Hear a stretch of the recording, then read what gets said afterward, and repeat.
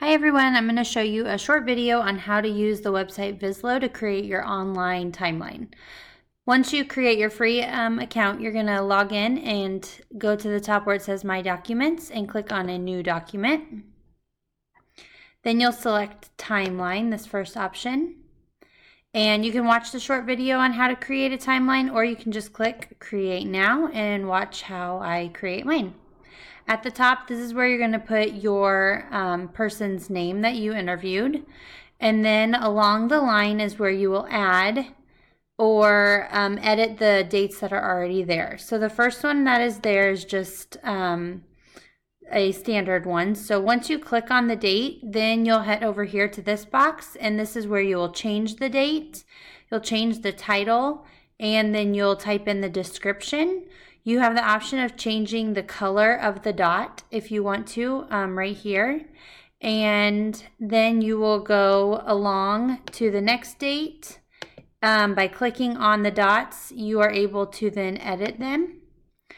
And if you want to add, like there's 4 on here, you're going to need to add another one. So you can add clicking here, or there's the option of adding by clicking the timeline. Remember that these are milestones.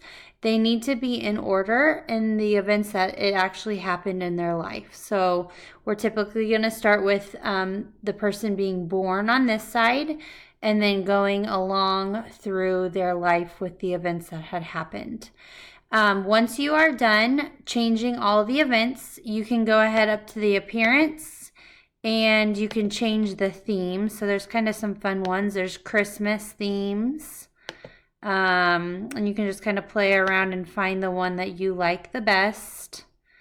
And then once you are done with changing all the events and creating the theme, you are going to go up here to export and share. And you're going to download it as a PNG file.